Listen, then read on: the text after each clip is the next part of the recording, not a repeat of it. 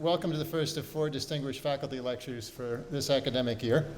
I'll give folks just a moment to take their seats, few of which are left, but there's some more up in the front. Don't be bashful. I'm Interim Provost Mike Malone. I want to thank you for joining us today for this lecture. We want to begin with a land acknowledgement. The University of Massachusetts Amherst acknowledges it was founded and built on the unceded homelands of the Pecumtuck Nation on the land of the Nawatic community.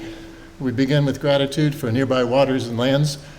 We recognize these lands and waters as important relations with which we are all interconnected and depend on to sustain life and well-being. The Pecumtuck had connections with these lands for millennia. Over 400 years of colonization, when Pecumtuck peoples were displaced, many joined their Algonquin relatives to the east, south, west, and north. That includes the Mashpee and Aquinnah Wampanoag, Nipmuc, Narragansett, Mohegan, Pequot, and Mohican communities, and Abenaki and other nations of the Wabanaki Confederacy. These native peoples still maintain connections and relationships of care for these lands today. We also acknowledge that the University of Massachusetts Amherst is a land-grant university. As part of the Morrill Land Grant Act, portions of land from 82 native nations west of the Mississippi were sold to provide the resources to found and build this university. As an active first step towards decolonization, we encourage you to learn more about the native nations whose homelands UMass Amherst now resides on, and the indigenous homelands on which you live and work. We also invite you to deepen your relationship to these living lands and waters. We're excited that our first distinguished faculty lecture, entitled Repatriation and Reclaiming as Teachers for Braiding New Research Worlds, is presented by Sonia Attalay, Provost Professor in the Department of Anthropology. Before we begin, I'd just like to take a moment to explain how the event will proceed. After Professor Attalay's presentation, there'll be an opportunity for questions. Professor Attalay will then be presented with the Chancellor's Medal, the campus's highest recognition. At the conclusion of today's event, we will enjoy a reception with a menu prepared by UMass Dining, which will be directly downstairs, and a recording of this lecture will be posted on the Distinguished Faculty Lecture website in the coming days. It's now my privilege to introduce Professor Jen Lundquist, Senior Associate Dean of Research and Faculty Development in the College of Social and Behavioral Sciences. Dr. Lundquist is an internationally recognized expert on the pathways through which racial, ethnic, and gender inequalities are perpetuated and sometimes undone in various institutional settings. She's published in a variety of journals, including the American Journal of Sociology, American Sociological Review, and Social Forces, and she is the co-author of a well-known textbook. Her research has been funded by the National Science Foundation, the Russell Sage Mellon and Humboldt Foundations, and has been covered by the national media, including Time, Newsweek, The Washington Post, The New York Times, and NPR. Dr. Lundquist, would you please introduce our distinguished lecturer?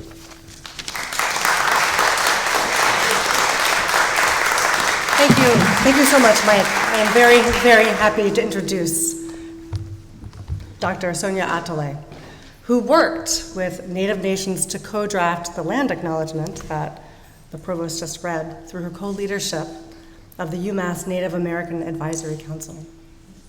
Dr. Attalay is Provost Professor of Anthropology, Visiting Professor of MIT Anthropology, and Director of the newly funded NSF Center for Braiding Indigenous Knowledges and Science, in which she is leading an international team of scholars to effectively and ethically combine Indigenous and Western science in research on climate science, archaeology, and food systems. This is one of the most exciting collaborations I've seen, and I am so glad that the NSF recognized its paradigm-shifting potential. All of this stems out of Dr. Attalay's many years of community-based participatory research and knowledge co-production with Indigenous communities. She has written 2 books, Community-Based Archaeology, Research with, by, and for Indigenous and Local Communities, and her book last year entitled The Community-Based PhD. She is currently completing a book called Braiding Knowledges, How Indigenous Knowledge is Challenging and Changing Universities. Under both the Bush and Obama administrations, Dr. Adelaide served on the National Native American Graves Protection and Repatriation Act Review Committee. In fact, she has co-written a graphic novel series about repatriation that has been very popular. You can get your copy in Northampton at the Modern Myths comic book store. And she has guided UMass in the very sensitive task of its own repatriation obligations and the development of ethical policies in doing so. And now, I am delighted to present Dr. Sonia Atalay.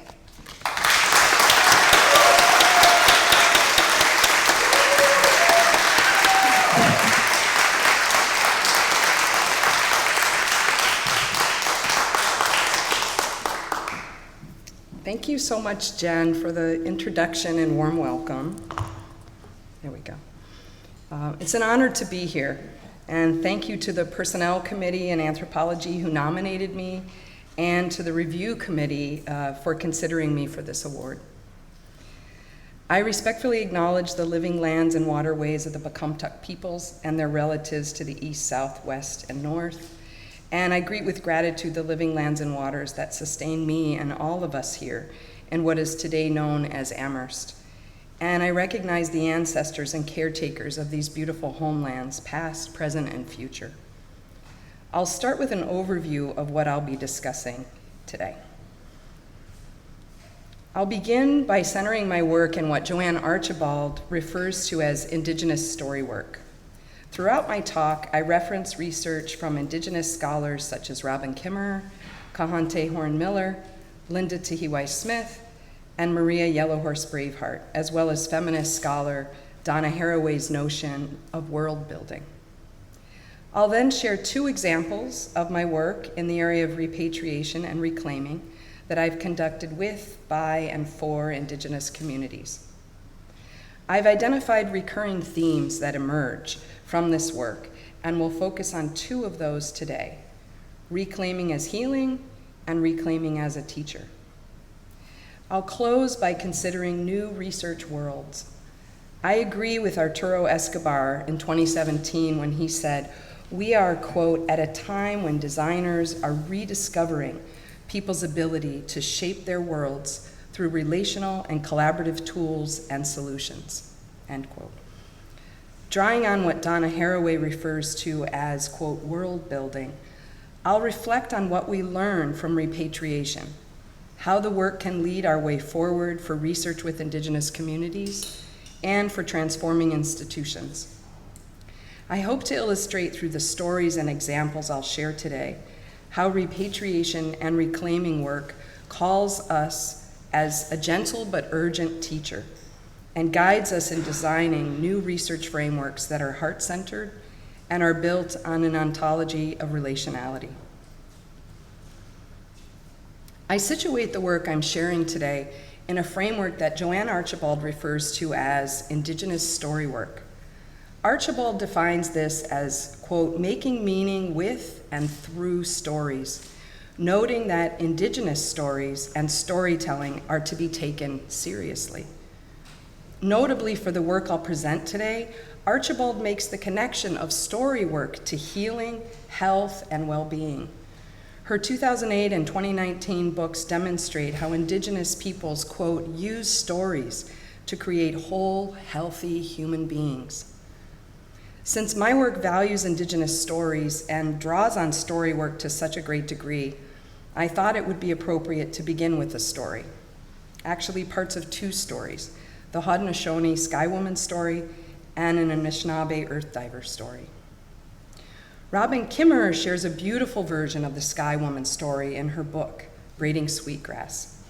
Archibald and Kimmerer's work inspired me to think deeply about the relevance of stories as teachings with powerful lessons relevant for our contemporary world, for addressing issues facing Native peoples, as guides for addressing the urgent and existential threat of climate change, and also for rethinking research methods, approaches to leadership, for university teaching and learning, and the very structures of our institutions. This particular story was brought to life before my eyes when, in October 2015, I was fortunate to witness Kahante Horn-Miller, a Kahnawake Mohawk scholar, share a performative interpretation of the Sky Woman story. Horn-Miller demonstrates the relevance of the Sky Woman story for our contemporary world. Her performance, aptly titled, "We Are Here and She Is in Us," revisiting the Sky Woman story, reveals the hardships and healing that are necessary for moving Sky Woman's world forward. Like Horn-Miller and Kimmerer, I agree that the teachings in this and other Indigenous stories are relevant today, particularly as we engage in struggles for racial justice, environmental devastation that we face, and a world in crisis. I share with you an abbreviated version of these stories. Sky Woman lives among the sky people. She is pregnant, and one day sees a giant hole in her world that was created by an uprooted tree. She jumps into the hole and falls for a very long time. The animals in the world below, which is our world here on Earth, see her falling. They talk amongst themselves, trying to decide what to do, how they can help her. As Sky Woman falls, she grasps onto trees and plants, grabbing handfuls of seeds, including corn, beans, and squash, that will come to nourish the people of Turtle Island, and sacred plants of tobacco and strawberries, both powerful medicines. Geese decide to help Sky Woman. A flock of them fly over to catch her and help break her fall. Sky Woman rests on their backs as they fly together. Meanwhile, the animals below are trying to decide on a place where Sky Woman can come to rest.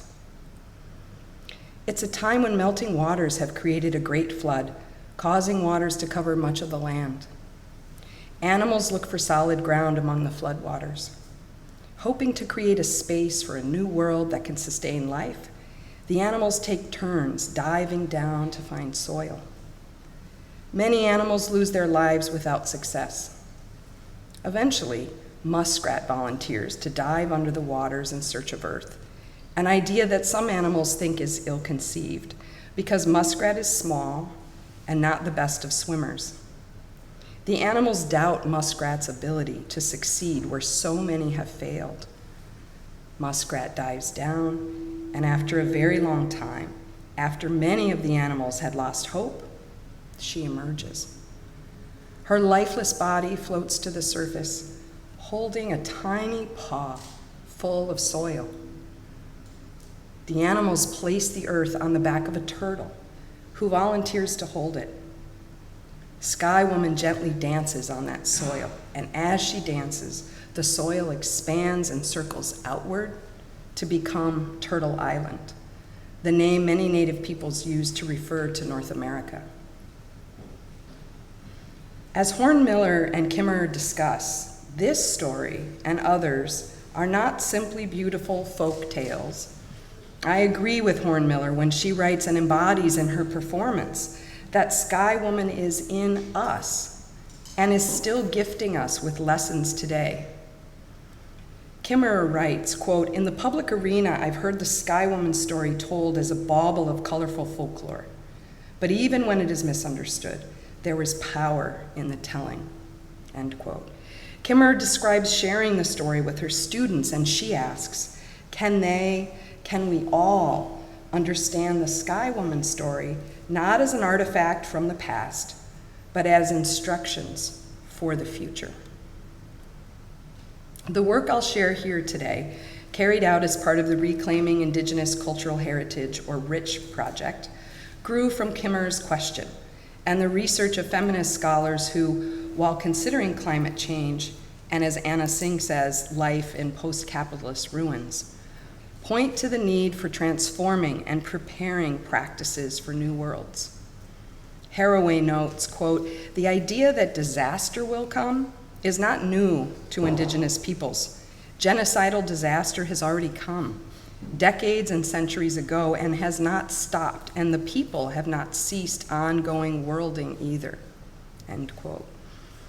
For Indigenous peoples, preparing for a very different world often involves looking to the past. Reclaiming is essential, not in order to recreate a past world, but because it can contribute to healing from historical trauma and provide important lessons. What's reclaimed becomes seeds for the future, and the processes that are developed through reclaiming provide a model for transforming institutions, what Escobar refers to as, quote, recreating relational and cooperative models of living with humans and nature.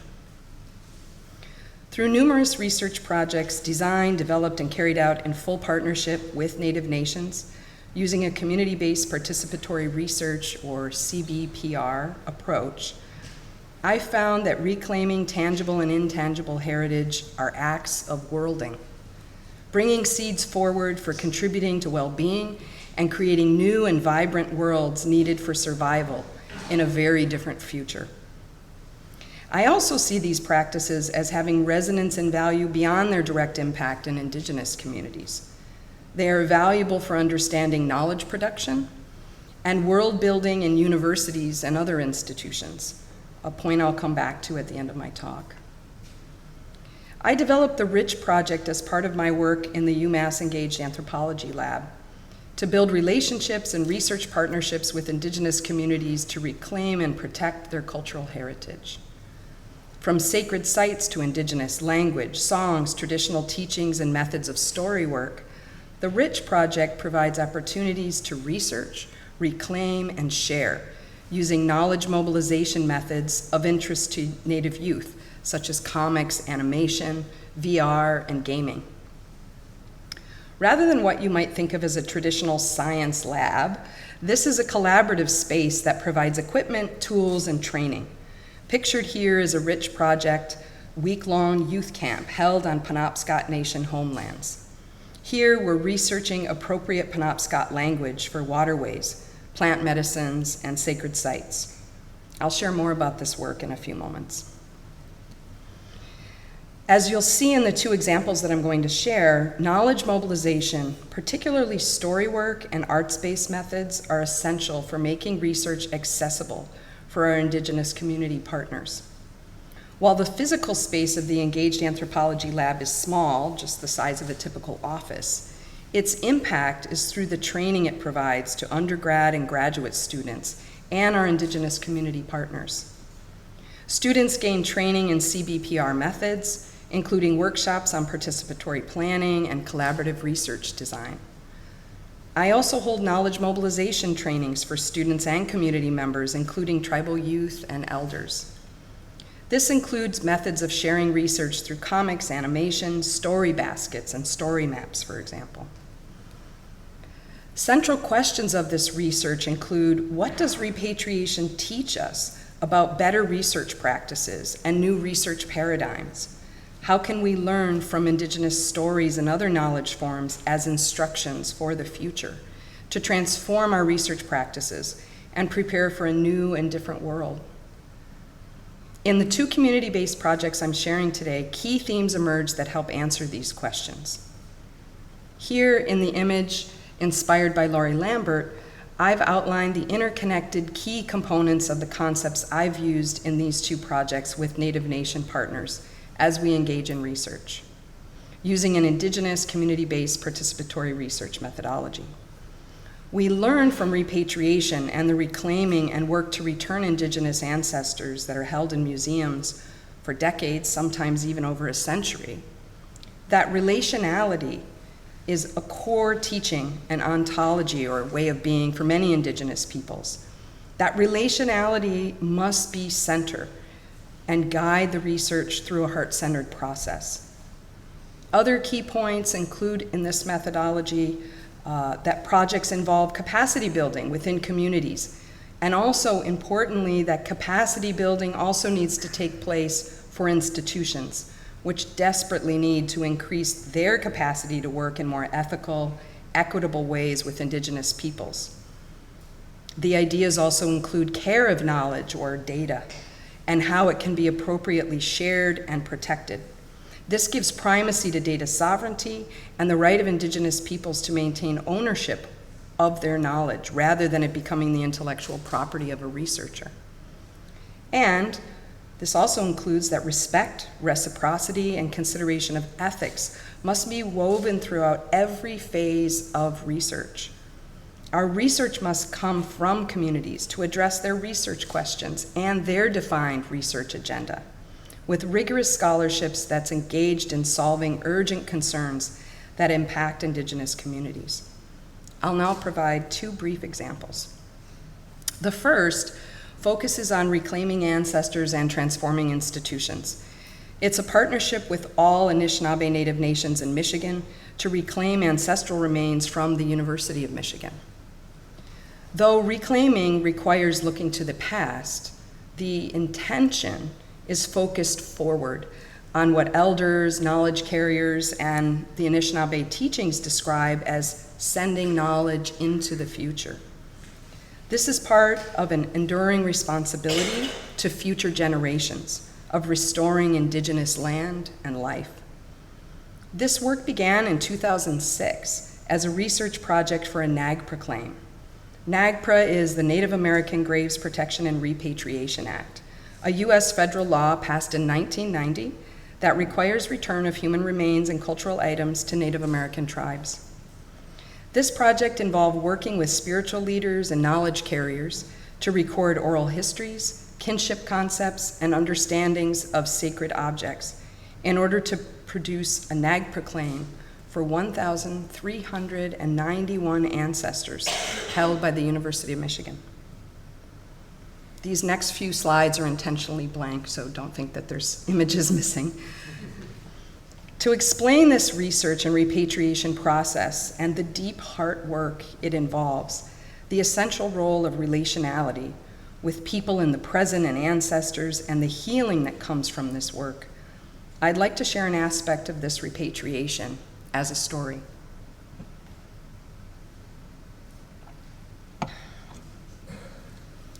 (26543-2). Here. 26543-8. Here. 27543-12. Here. For hours, I heard numbers read aloud.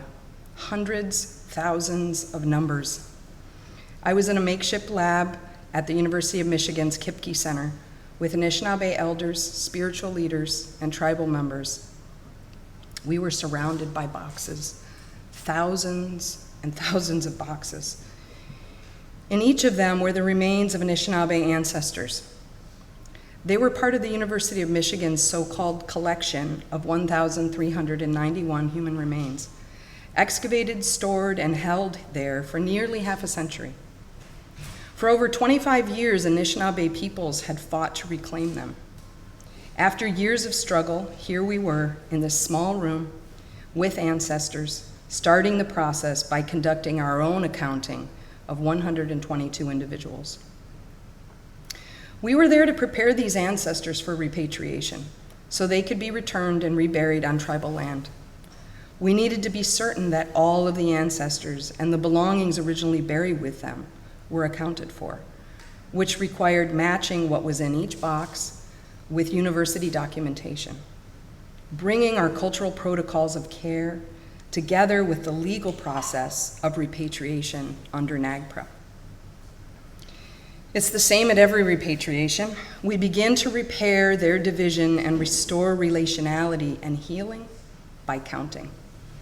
In this case, that required opening thousands of boxes, unwrapping the remains inside, reading numbers scrawled onto each bone, and matching those with inventory numbers on the stacked pages of university collection records. This time, it takes our team of tribal representatives 3 days, steadily working 8 to 9 hours each day. When I first walked into the lab and saw the boxes upon boxes stacked high, filling the room, I couldn't fathom why the remains of 122 people required so many boxes. Remains are often small and fragmentary. Even when a large number of ancestors are being repatriated, it never requires this many boxes. I asked the museum staff how many boxes there were, why so many? How could it be that the remains of 122 ancestors required thousands of boxes for storage? These questions led to others posed by our team to museum staff, followed by days and nights of investigation, as we worked to understand what had happened to these Anishinaabe relatives. Scouring collectors' notes, students' notebooks, maps, and other archives, we came to learn what had happened. The ancestors, 122 men, women, children, and infants, had become divided up into over 126,000 pieces during their time in university hands. These ancestors were from what's called the Fisher site, not called by the Anishinaabe place name, rather named after the man who owned the property where the bodies were found. They were excavated by archaeologists in the 1970s because the owner wanted to expand the garage on his property. He started digging foundation trenches, found skeletal remains, and contacted the University of Michigan archaeologists along with the Michigan Archaeological Society, amateurs who enjoyed excavating as a recreational pursuit. Together, these groups worked for 2 weeks to uncover the remains. Mr. Fisher soon grew weary of the archaeologists in his yard. He wanted to get on with expanding his garage. Since the site was on his private property, the archaeologists couldn't stop him. Mr. Fisher gave the archaeologists a short time to pack up and allowed them to take the remains they'd excavated. Museum records indicate that Mr. Fisher and his neighbors kept many of the belongings, what archaeologists refer to as the artifacts found in the burials. Since they didn't have time to excavate the entire area, the archaeologists decided to remove several intact burials. They carved out 2 large intact blocks of soil, an approach that archaeologists call pedestaling. The 2 pedestal blocks, along with 100 ancestral remains and some of their burial items, were housed at the university briefly. But those were turbulent times as the American Indian movement was actively protesting archaeology sites, insisting that excavations stop and ancestors' remains be repatriated. Archival documents show the university, aware of these protests, moved the 2 pedestal blocks off campus to the home of an amateur archaeologist. That's where they remained, stored in his sewing room for over 20 years. This man raised a family in that home, all the while with several intact burials stored unprotected inside blocks of soil in his sewing room. In 1995, 5 years after the passage of NAGPRA law, the university reaccessioned the 2 blocks back into its collection. In 2007, a University of Michigan professor excavated one of the blocks to remove the human remains. And I'll just note, this is in full violation of NAGPRA law. And he didn't just excavate it himself. This was a required class project to train first-year undergraduate anthropology students to excavate. Years of storage out of the ground without proper climate control left the human bone inside the pedestal block, fragile and brittle. As students dug through the block of dirt, bone fragments literally disintegrated in front of their eyes. Yet this didn't dampen their enthusiasm. In the student field notes tracked down through our investigation, excited undergrads talk about trying to move slowly, but the bone continues to fragment. One entry reads, quote, "Cool, a foot, photo taken," written exactly like this in the student's notebook. We requested the photos to rebury them, but the museum staff wasn't able to locate any. We now know why these remains required over 9,000 boxes. These ancestors had been fragmented beyond repair, splintered into over 120,000 fragments. We learned this isn't even all the remains. Our research uncovered that the second pedestal burial block was no longer present in the museum's collection. It had gone missing.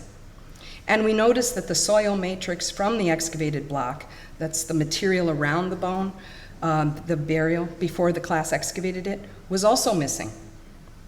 With more questions and further excavation, further investigation, we found that the soil matrix had been dumped outside the lab door, though exactly where was unknown.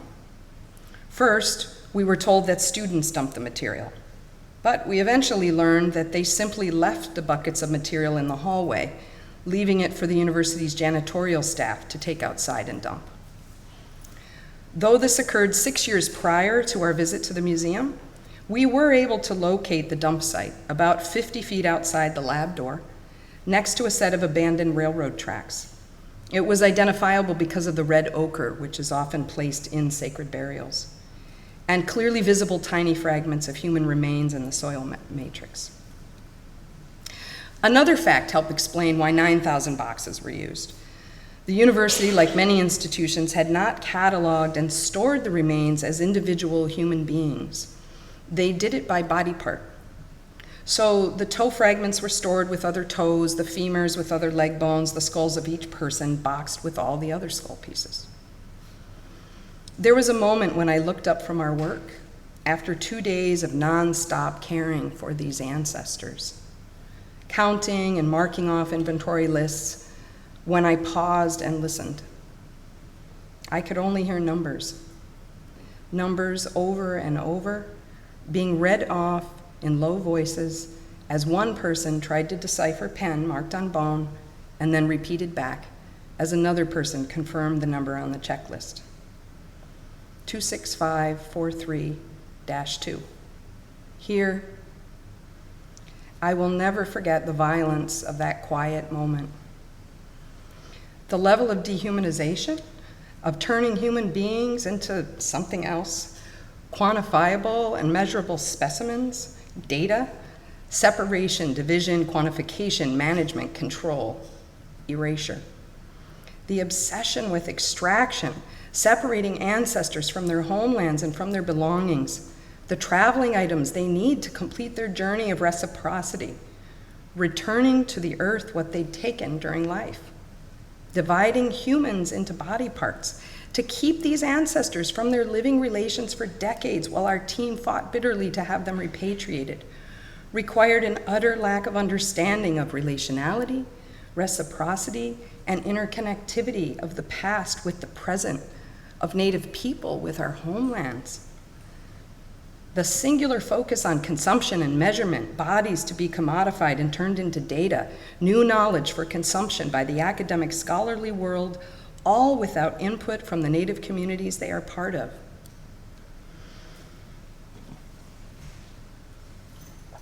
At noon on Friday, October 12th, 2012, we completed a recommitment to the earth ceremony, remarrying 120 Anishinaabe relatives with the earth so they could complete their journey and fulfill their responsibility to give back what they had taken during their time on earth.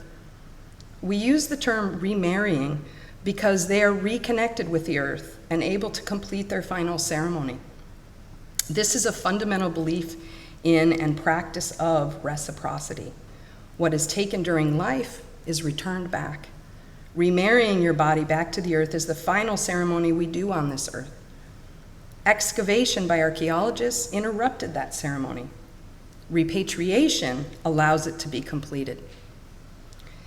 This experience illustrates the vast difference between indigenous ontologies, or ways of knowing the world, and the foundational ontologies in Western knowledge production. I've seen hundreds of examples in which indigenous and Western knowledge encounter each other. These can be violent, painful encounters for indigenous peoples, particularly when, as in this case, scholars insist that Western science is neutral and free of bias, and indigenous knowledge is dismissed as storytelling or myth. What I hope to illustrate with this encounter is how Western concepts of division, separation, linearity, and duality can easily permeate academic cultures and particularly decision-making processes and practices. These ontologies of division, which can be traced to the Enlightenment, are often unnoticed, taken as normal, until contrasted with indigenous concepts of relationality, interconnectivity, and multiplicity. What we do through repatriation is not just reclaim and return bodies and belongings. We restore relationships with community, with land. Through our practices, we also reclaim indigenous ways of knowing and understanding the world. Several Native nations I partnered with in this repatriation work felt it was important to share their repatriation stories. Coming from storytelling traditions, the power of sharing and imparting lessons and helping others learn through stories is important for many Indigenous peoples. Tribal members wanted to tell stories of contemporary experiences of reclaiming. These stories are described as a way of sending knowledge into the future. We chose to tell this story of reclaiming in the form of a comic, with the hope of reaching a wide range of people, including youth, with visual storytelling. This was a collaborative process between myself, John Swager, who was the illustrator, and Jen Shannon, who is at the National Museum of the American Indian. And this was all in partnership with the Zebwing Center of the Saginaw Chippewa Indian Tribe. This first comic explains NAGPRA law, with particular emphasis on what's known in the law as the 10.11 or culturally unidentifiable rule. It explains the concept of cultural affiliation from an Anishinaabe perspective and from the legal perspective. And it details the collaborative research we did to reclaim ancestors from the University of Michigan and Harvard University. We released the comic in fall 2017 at Indigenous Comic-Con. Yes, there's an Indigenous Comic-Con, and it's amazing. You have to check it out. The comic tells real stories of repatriations and is an engaging way of sharing NAGPRA law and experiences of repatriation and reclaiming with diverse audiences, with tribal members, other Native nations, and non-Native peoples. We now have a series of research-based NAGPRA comics.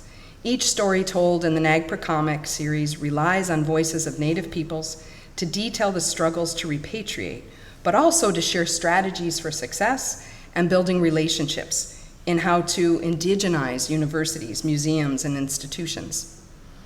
In the interest of time, I'll give just a brief overview of the story told in the comic, and I'll be happy to share more details in the Q&A of this successful transformation at the University of Michigan and Harvard University. Both are included in this first volume of the comic series.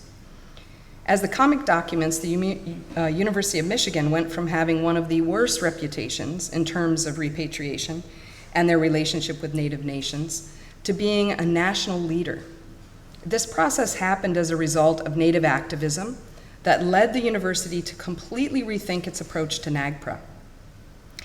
This led the university not only to improve relationships with tribes, but to new collaborative projects and cutting-edge research partnerships, such as a co-curated exhibit of Anishinaabe baskets and an effort to extend repatriation to include our more than human relations, rematriating ancient seeds, thousands of which are held by the university. People most often connect the terms repatriation with the return of human remains. NAGPRA law covers human remains, funerary objects, which are items that are buried with ancestors, sacred objects, and objects of cultural patrimony. As this comic documents, the problems at the University of Michigan came about because a single individual was able to make a determination about cultural affiliation. That is, who are the relatives of the ancestors held by the museum. The law requires that Native nations be involved in these cultural affiliation determinations. Essential to repatriation work is the understanding that not only are ancestral remains relatives, but many drums, masks, and other cultural belongings also have a spirit. They are animate.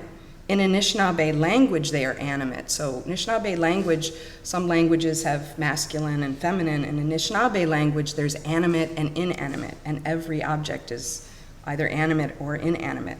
And these, what are thought of as objects, are actually relatives. They have a spirit, they're animate. Even the example I mentioned briefly about rematriating seeds, that happened as a result of our work with the University of Michigan. Well, the university has one of the largest seed collections in North America. They're stored in these large metal cabinets. And elders explained to the curators that those seeds are alive. They're animate. They have a spirit. They give life to communities as part of a reciprocal cycle. They needed to be returned as well so they can grow, feed, and nurture the people and bring well-being to Native communities.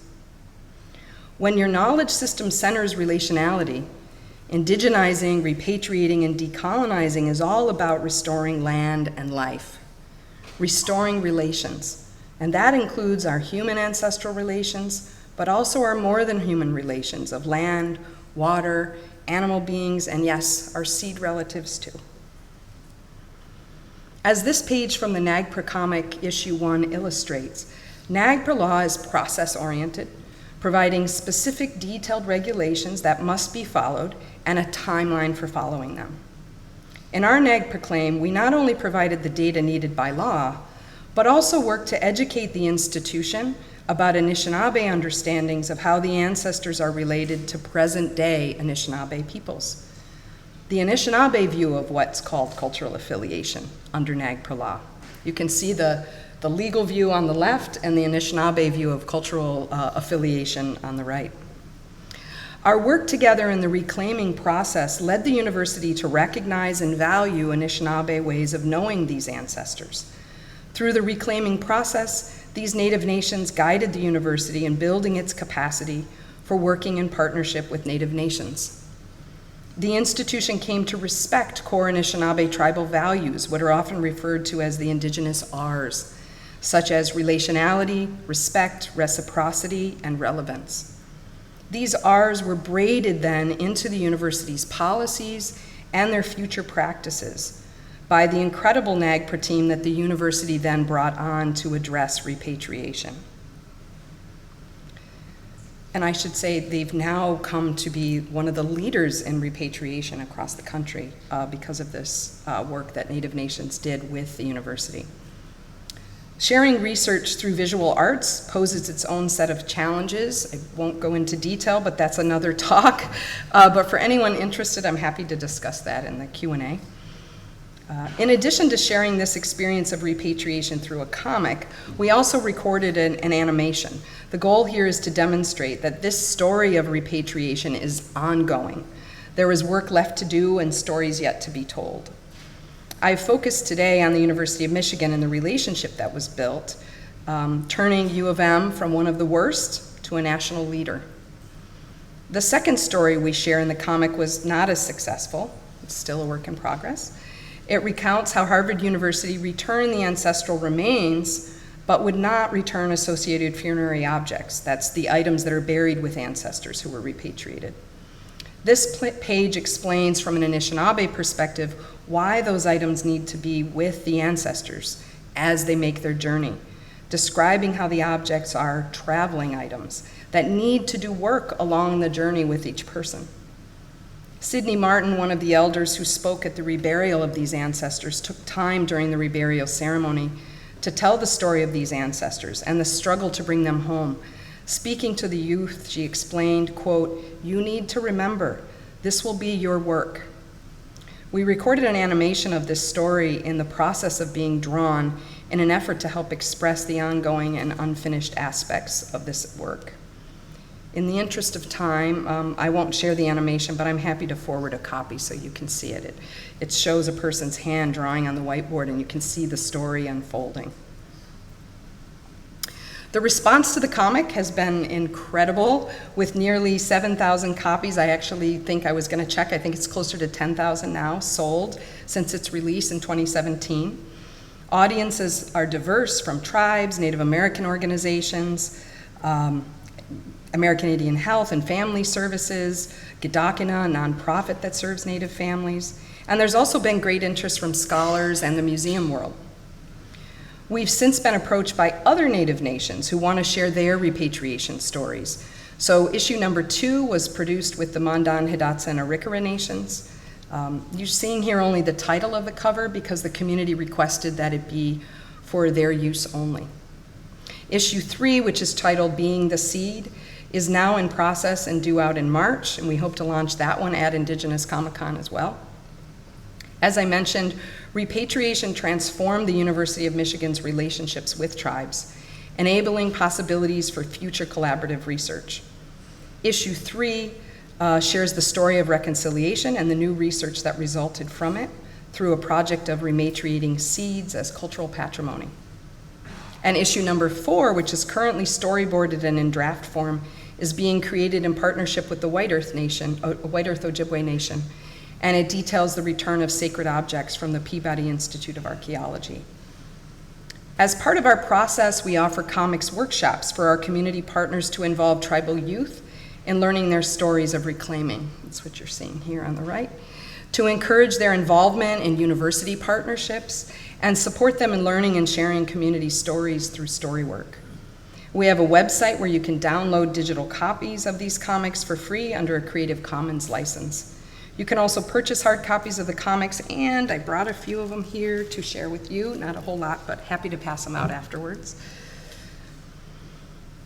I'll now move on to talk about the second example. This is the second RICH project that I'm going to discuss, which involves holding land-based science youth camps. Tribal youth walk the land with elders and knowledge carriers, placing emphasis on intergenerational learning, researching archaeological places, mapping sacred sites, identifying plant medicines, and traditional place names. The first of these camps took place in June 2017 in partnership with the Penobscot Nation on Indian Island in Maine. We worked together with elders and youth workers to plan the camp. With costs covered by the RICH project and my lab, the camps were free and lasted 1 week. The goal was to braid together the physical activity of walking and paddling with learning to read the land and other hands-on learning. Elders shared traditional teachings and stories in Penobscot language, and we worked together to explore ways of connecting these stories with plant knowledge, geology, star knowledge, and archaeology. Participants used their research to tell stories of their homelands. They crafted maps in any number of materials, from burning maps on leather and gourds to creating board games that other kids can play. One participant, for example, explored ethnobotany for women's medicines and plant names. We worked with her to research the plant medicine a woman would use during each month of her pregnancy. She learned from Elder Judy Dow to identify those plants on reservation lands, and then worked with Carol Dana, who you see on the right, a Penobscot language speaker, to learn the names of each plant. She then told the story of what she'd learned by carving the plants and their names onto this gourd. It's in the upper left here. You can see she's divided it into appropriate times for using each medicine. Another participant researched the river system and fish names, then created a map to share what he'd learned.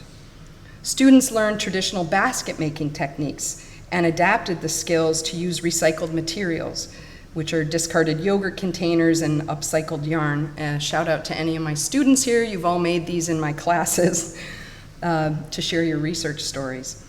They use techniques to create story baskets, which they tell the stories of their camp research experience and of their work to reclaim cultural knowledge. You can see here one of my favorites is the student wrote and titled it My Loves, and it tells the story about his homelands.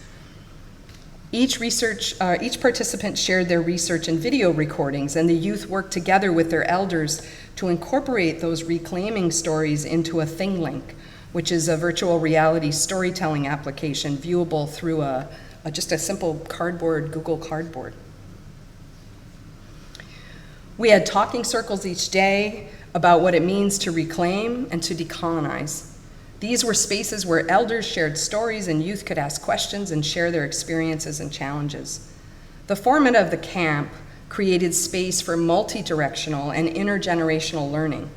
So here you can see one of the participants. There's a lot, intergenerational learning is really important for Indigenous peoples. It doesn't often happen in institutional settings, but elders tell stories and teach language to youth, but it's important that it can go the other direction as well. So here you can see one of the participants teaching an elder to use the Google Cardboard to view the virtual reality he created. As I'll describe briefly at the end of my talk, through our new Center for Braiding Indigenous Knowledges and Science, we are now planning a series of these camps with Native nations across the US and internationally.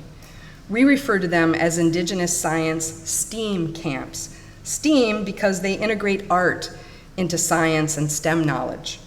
Plant medicines, geological knowledge, archaeology, mapping, and math skills are combined with history, language, and cultural and spiritual knowledge. And of course, art. That's a way we've always, as Indigenous people, carried knowledge. The results of our research together is shared via Indigenous story work, braiding the knowledge together through art and carrying the knowledge in stories. This is ongoing research, but as I mentioned, two recurring themes have emerged. The first is reclaiming as healing. I hope to learn more about how reclaiming Indigenous cultural heritage contributes to emotional and spiritual healing. a repairing of relationships. From that comes improved well-being. Not only does the comic document the community's acts of reclaiming, but their understanding of reclaiming as healing is a central theme. In conducting repatriation research, in my role on the National NAGPRA Review Committee, first appointed by the Bush administration and then reappointed by the Obama administration, and in the work I've done developing repatriation policies here at UMass Amherst, I found that sharing repatriation work itself is described as healing, and so are the sharing of stories of repatriation. I view this connection to healing through the work of Maria Yellowhorse Braveheart and Gros Ventre scholar Joe Gahn. Their work makes the connection between reclaiming and healing through the lens of historical trauma and unresolved historical grief. Braveheart defines historical unresolved grief as, quote, the profound, unsettled bereavement resulting from cumulative, devastating losses compounded by the prohibition and interruption of Indigenous burial practices and ceremonies. Braveheart explicitly makes the connection between reclaiming and healing from historical trauma and unresolved historical grief. Sharing stories can play a powerful role in giving voice to struggle and is a way to address historical trauma. Experiences of the Truth and Reconciliation Commission in Canada made that clear. For some, sharing their stories of boarding or residential school experiences was deeply healing, although for others, trauma resurfaced. What seems most critical is that those involved choose if and what to share and how they frame their story. It's important to point out that the connection that Maria Yellowhorse Braveheart finds through a public health lens frames health through an Indigenous perspective, as opposed to a Western biomedical model in which health is primarily physical, though it does increasingly include mental health. An Anishinaabe perspective of health can be described as Mino Bima Tiziwin. That's literally just living the good life. It braids physical, emotional, intellectual, and spiritual health, all in balance.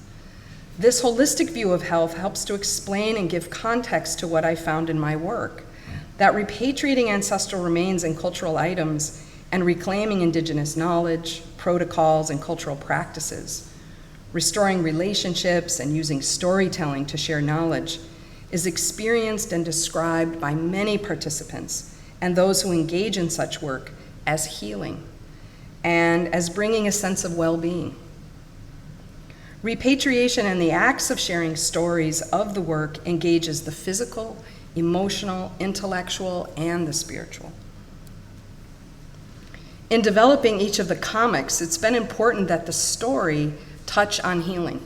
In comic number 1, the story ends, you can see here, with the discussion of healing. This is also the case with nearly every repatriation I've assisted with. The ceremony ends with a reminder about the healing it brings. Shannon Martin, Zebwing's director, regularly speaks about healing and well-being that comes from the research and other work involved in reclaiming.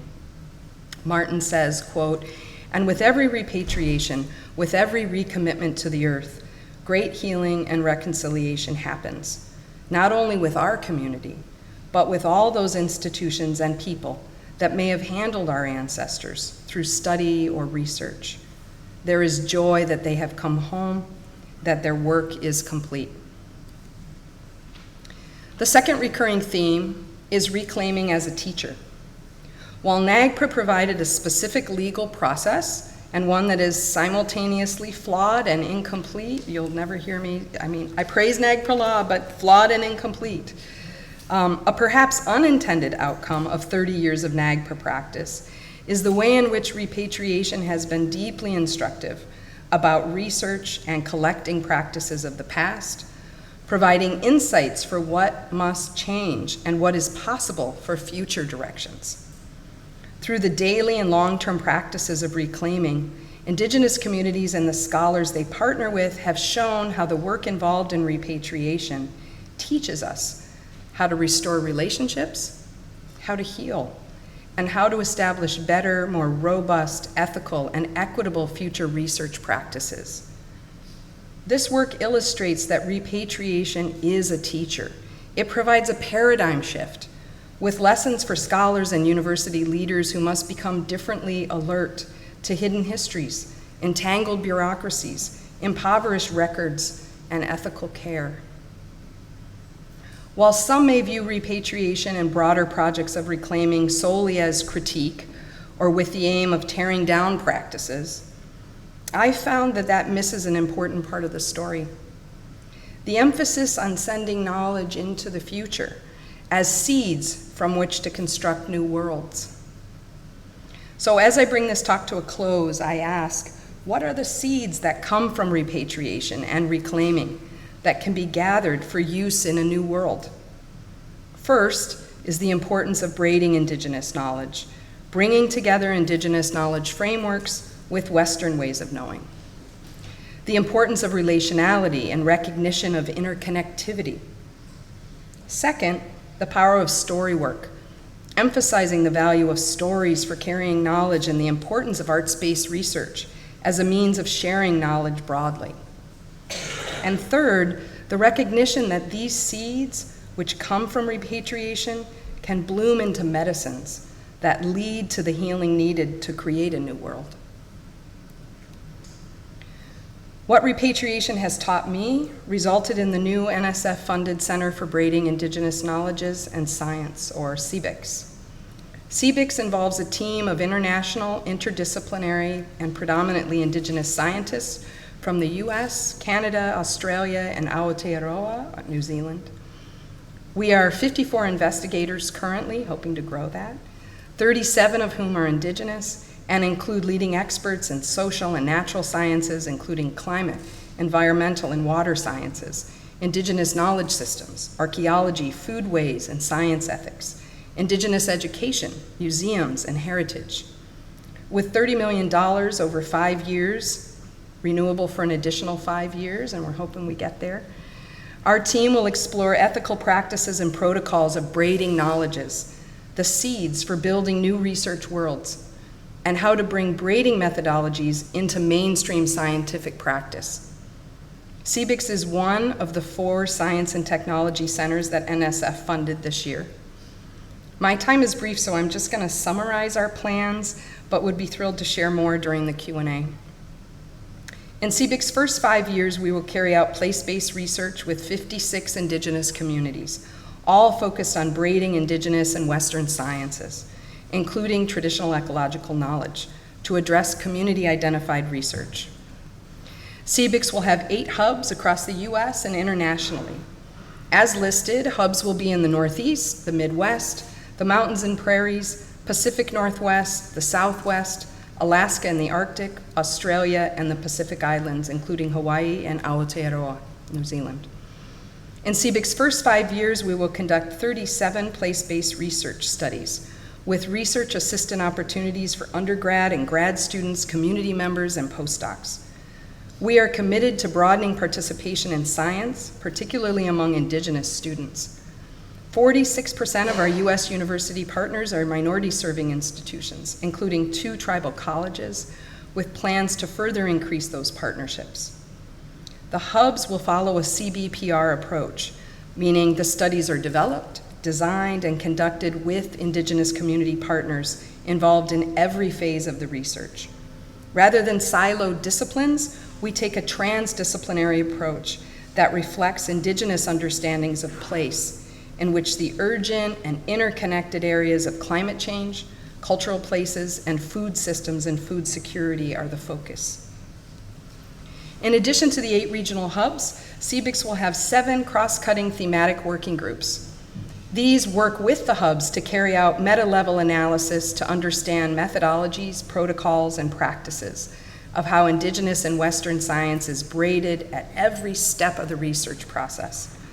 The working groups are based on an Anishinaabe research methodology that corresponds with 6 directions: earth, sky, and the 4 cardinal directions, starting in the east and moving south, west, and north. Relationality, as you can see, is centered, and each direction represents a stage of the research process. So in reflecting on our world in crisis, as we, in Judy Dow's words, go through the narrows and the multiple crises we are in, we see from many Indigenous peoples around the world efforts to reclaiming Indigenous bodies, sites, knowledge systems, language, and stories. It's no surprise that the furious pace we find ourselves moving along is felt as the rushing waters that precede the narrows of a river. It's at this time that Indigenous ways of knowing are at the forefront. They are being reclaimed in hopes that these will give us seeds to take from one world to create and grow something new in another. So I want to circle back to the Sky Woman story from the start of my talk. Anyone who's worked with Indigenous knowledge knows we work in circles and spirals, because I haven't yet shared the ending. The story continues and explains the next steps in building a new world. After Sky Woman lands with the help of the geese in the new world and dances Turtle Island into existence, she gives birth to her baby, a daughter. They live happily on Turtle Island, and her daughter becomes pregnant with 2 sons. One son displays many good qualities, the other has overwhelmingly negative traits, and he causes a difficult birth for Sky Woman's daughter, who dies in childbirth and is buried. Importantly, for considerations of the themes of reclaiming as healing and reclaiming as a teacher, and as we think about transforming practices in new research worlds, in the place where her body is put to rest, several of the most important plant medicines sprout up from her body. Sweetgrass from her hair, tobacco, which is used to communicate with the spirit world, from her head, and strawberries grow from her heart. Strawberries are a valued plant medicine. In Anishinaabe in our language, they are odamen, the heartberry. It's a powerful heart medicine. They're also the leader of the berries that show the way forward to the other berries that come later in the season. Heartberries carry lessons of heart-centered practices, compassion, relationality, and interconnectivity, all aspects of successful collaborative research. I'll close by reflecting briefly on Anna Singh's 2015 book, The Mushroom at the End of the World, in which she talks about being in the ruins of post-capitalist society. She discusses mushrooms as a small, overlooked economic hope when large systems that exploit fail. As Singh demonstrates, mushrooms require collaboration, reminding us that everything touches and is connected with everything else. They require care in gathering. They can't be mass-scaled. Anna Singh sees hope in mushrooms in post-capitalist ruins. I see hope in strawberries. With the seeds found through practices of repatriation and reclaiming, I would like us to build a future for research with Indigenous peoples, with BIPOC communities, and research broadly, a new research world in which the lessons and wisdom of the heartberry lead our way. Miigwech, thank you for your time and for listening.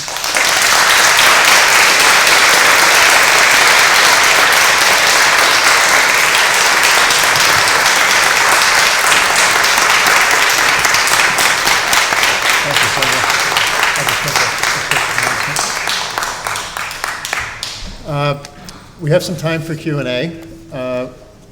Because the lecture is being recorded, we'd also like to preserve the Q&A. So someone will bring you a microphone if you raise your hand. Professor Attolet will manage those. Apparently the provost has the privilege of asking the first question if they so choose. Sonia, what a wonderful lecture. The land acknowledgement we began with starts with an exhortation to ask everyone to learn more about the Native nations whose homelands UMass Amherst resides on, and deepen their understanding of these living lands and waters. Based on your work and your lecture, perhaps, and all of your work in CBICS, what would you suggest as a way forward for that step? Great. I thought you'd never ask. Thank you for the question. I think what we learned actually in that process of developing that land acknowledgement was exactly some things that Native nations would like to see as next steps. Some of those include things like what they see in other universities in the Northeast, which is tuition waivers for Native students. There's models at University of Rhode Island, University of Maine has such programs. Some of them include not just tuition waivers, but also housing waivers and things like that. Much stronger connections with UMass in terms of programs, not just for university students, but also, I don't like the word pipeline. We need to find another word for that indigenize that word, but the stream that runs into the university, hence CBIC's K through 12 programs, strengthening those. Another thing I talked about was intergenerational learning. So having an elder in residence on campus, having language speakers who can be here, who can meet with students, and Indigenous students, yes, but all students. I think that so many of our students would benefit from learning from elders, and it's something they don't get the chance to do all that often. So there's a few of those examples. We have the Native Advisory Council here on the UMass campus. I would love to see that throughout the entire UMass system. I wouldn't love to see it replicated in every single campus, but at the systems level, at the president's level, where we would have that Native Advisory Council that has Native representation from all the Native nations in the region, who can advise and help give input. It shouldn't be me that's advising. I'm happy to do that, but I would love to hear more from the Native nations whose homelands we're on. Just a few starters. Thank you.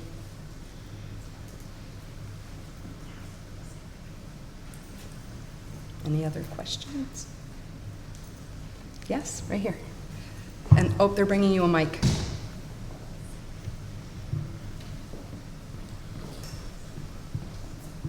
Thank you. So first, congratulations, and thank you for this beautiful work and this cutting-edge work and pushing us in the directions we should be pushing institutions.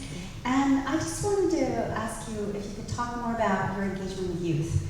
And particularly, I was really excited to see that you incorporated art space, and specifically comics, and that's braiding that Indigenous and also Western knowledge. And I just wanted to ask you how that process of working with youth was like, and how you chose particular formats, and what kind of continual feedback mechanisms. You talked about workshops, but what you talked about gaming. So if you could talk a little bit more about all the ways, because we're always as teachers and scholars looking to engage youth and to engage students of color in figuring out how to engage in those processes. So thank you so much for your talk. Sure, so I'll just repeat or summarize the question, which is speaking about youth and experiences of working with youth.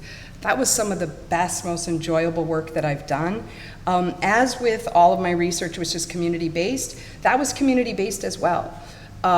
We worked with Penobscot Nation. We found out what kind of programs they would like, what they wanted, and we built the camp from there.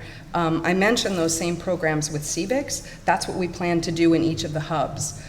We recognize that everything has to be place-based. It has to come from the grassroots, from the ground up. So we have it set up so that we'll hear from communities the kind of programming they want and they need, and we'll develop it from there. We have a starting point. We have a lot of experience like what I've explained, but that's our plan with CBICS. In terms of the camps, it was just fantastic. I mean, we really followed the interests of youth. We sat down with them and had talking circles. We found out what it was that they wanted to work on. I don't think I had a few images, but those were undergraduate students, all from UMass, who came and who we paid for their time to assist. So in the process of learning community-based research, they learned skills of how you partner with Native nations, but then they were also there to kind of be mentors for these students, and they were part of those talking circles. They helped us develop each student's project to say, I'm not sure what I'm interested in, to I want to study plant medicines and find out what plants a woman needs in every month of her pregnancy, right? It went from not really sure to something like that, and it was undergrads who helped us guide the students in doing that. So every single project was based on their interest. that does take time, and it's also scary, I'll say, because the students are ahead of you. You don't know I don't know that research. We're really doing real research with youth. And I think the power of that is it makes them realize, I'm a researcher. This is a professor coming from a university. She doesn't know this stuff. We're co-learning together. I think that really had an impact on students. One of them, we went out and we were looking at some of their traditional places, and we had this elder telling in the language and then in English their traditional stories. And the student had this aha moment and said, I always just thought those were like myths. This is geology. This is our science. The story was telling the geology of how this place was formed. And he had that moment of realizing, like, we have our own science.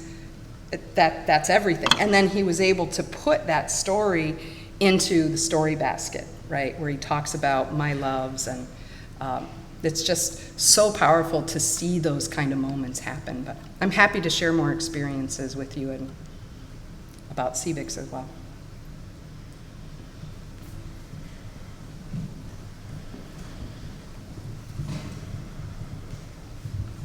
I wonder if there's any room in CBICS to reach out to the populations whose land was sold to generate the land grant, which this university then was founded. Yeah, thank you, Martin. That's such a great plan.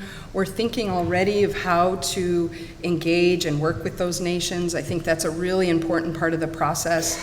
We're starting to work with MIT, who's also the other land grant institution in the state, to be able to think about what those relationships look like. And again, we don't want to be the ones who say what that should be. We want to work with those nations to figure out what they would like to see and how we can develop, whether it's programs, whether it's research, knowledge co-creation through CBICS, but that's definitely in our plan to do that, starting with the Midwest hubs, mountains and prairies, and further west, which is where all those homelands are. Thank you so much for that question, Sonia. There we are. That lecture, Sonia, that was amazing. It's an amazing talk. As you were speaking, I was thinking of a lot of our students, from international students who come to us from indigenous backgrounds.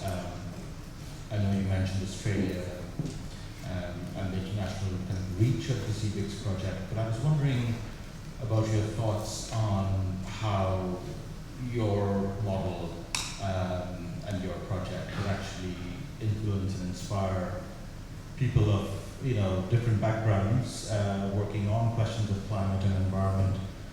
When you were talking about Anna Singh's work, I was also thinking about Tiffany King's amazing book on the intersection of Black and Indigenous populations, right? I'm just wondering how students from international contexts, but also Indigenous contexts internationally, might engage in this incredible work happening at UMass.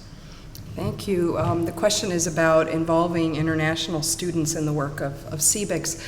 And with all the hubs, we recognize that those hubs have a shared history of colonization by Anglophone countries.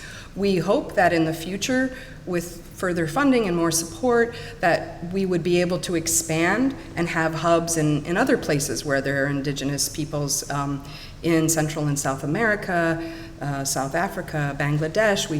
I've had lots of inquiries in the last month about those partnerships. So just to begin with that, I think that's really exciting. The other piece is we intentionally worked in research positions for undergraduates, graduate students, postdocs, as well as community researchers. We think that's really important. So in every hub there will be funding, again, culturally appropriate to that hub, to bring in folks. And it won't just be, obviously we want to focus on Indigenous students, but we think it's really important to have a whole range of students involved in these positions. So we're definitely thinking about that, and that they would be on the ground. So they would be not just doing the field work, but part of the process of thinking about the ethics, thinking about data sovereignty before you even begin field work. Who's going to own that data, right? We've already had a major accomplishment in that all of our partners, all those partners I talked about, NSF requires us to have those institutions sign an IP agreement, an intellectual property agreement. And we took one look at those IP agreements and we're like, yeah, we're not asking people to sign this. We're going to redo this. And we wrote that IP agreement so that it says that indigenous peoples who are partners, they maintain their ownership of their knowledge. The IP does not sit with the researcher or the institution. And surprisingly, in the last month, we've been able to get every single partner, all of those Research One institutions, to sign on to that IP agreement, and NSF has accepted those IP agreements. And I'm happy to share our IP agreement with anyone who wants to use that. So that will sit in our knowledge base. We're planning on thinking about things like that, right? So students would be able to be involved in that process of thinking about IP, thinking about who owns the knowledge, also going into the field and doing research. And then once a student has been involved in one of these hubs, we have international exchange programs where they'd be able to go to another hub. Our research shows that particularly indigenous students who go to another indigenous community internationally, their success in completing their degree and graduating skyrockets when they do an international exchange program. So we really put emphasis on that. And we would hope to involve more students in all of those aspects of the work. Thanks for the question.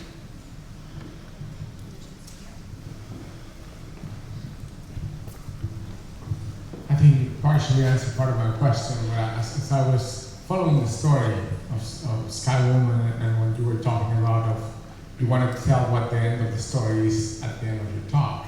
I'm not tell us the end of the story of civics, but I do want us to tell us your vision. As you told us what we're doing now, tell us what we're going to be doing over the next few years, but when you look into what this is going to be, and I'm not saying what this could be, what this is going to be, can you give us a vision of that?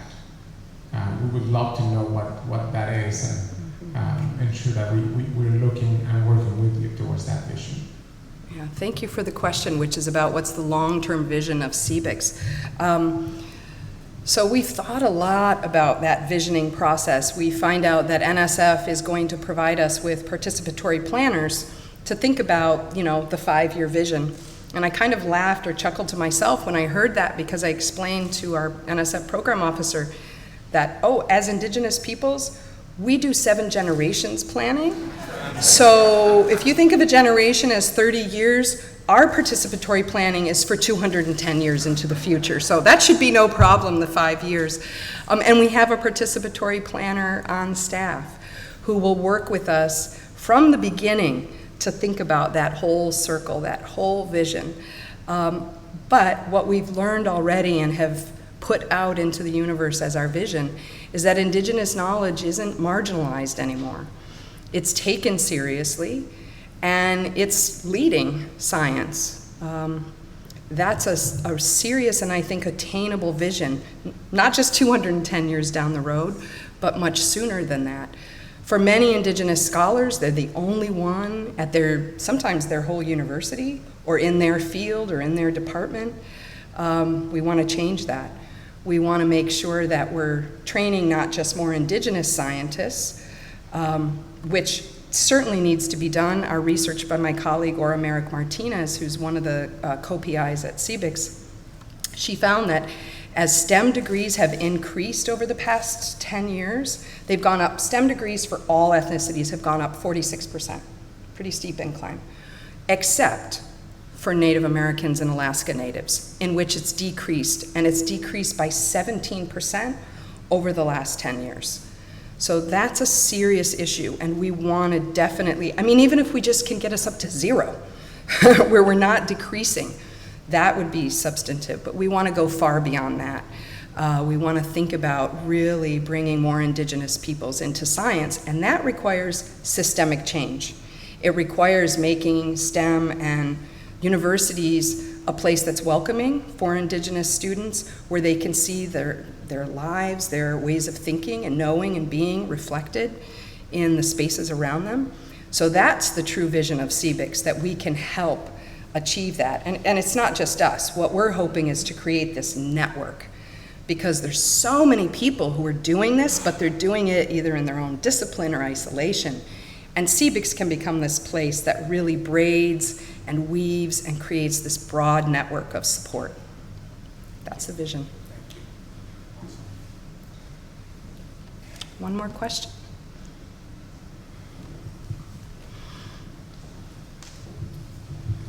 Hey, thank you so much. I was especially moved by the NAGPRA account. My wife worked at the Amherst College Museum of Natural History a few years ago, and she still remembers the NAGPRA process as the most sort of memorable thing about her work there. I'm wondering if we at UMass have remains and other properties that we should be thinking about repatriating. Thank you for the question. The question is about, does UMass have remains that we should be repatriating? So I'm really proud to say that UMass has done an amazing job of repatriating. We have our campus repatriation coordinator here. That's Julie Woods over there. You want to stand up, Julie, just to acknowledge you for all your really hard work. So we are in compliance with NAGPRA. We have repatriated Native American human remains. It's still an ongoing process. And as I said, repatriation is our teacher. What we learned, NAGPRA only covers Native American human remains, but there are many Native American remains globally, so in international contexts that we have to think about, that NAGPRA doesn't cover. And also here at U.S. institutions, other Indigenous peoples, their remains are not covered under NAGPRA. So the university, UMass, does have remains of Indigenous peoples and other individuals, but is working really hard to take lessons from national NAGPRA law, the best parts of that law, and use that in order to do ethical consultations and do work that will allow us to eventually repatriate. I can say with full confidence, and I haven't done this at every institution I've been at, and I've left other institutions because simply for this reason, but I can say with full confidence that UMass wants to repatriate it and is actively working to repatriate, and I feel really proud of that.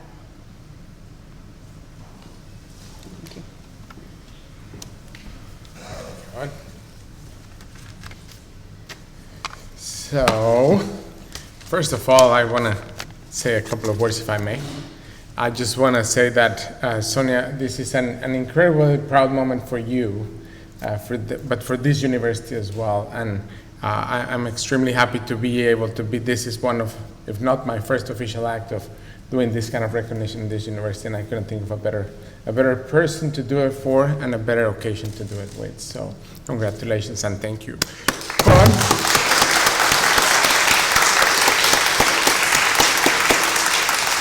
Thank you for all your questions and your participation, and it is my honor to present Professor Sonia Adelaide with the Chancellor's Medal, the highest honor bestowed upon our faculty on the UMass Amherst campus. Congratulations, Professor Adelaide.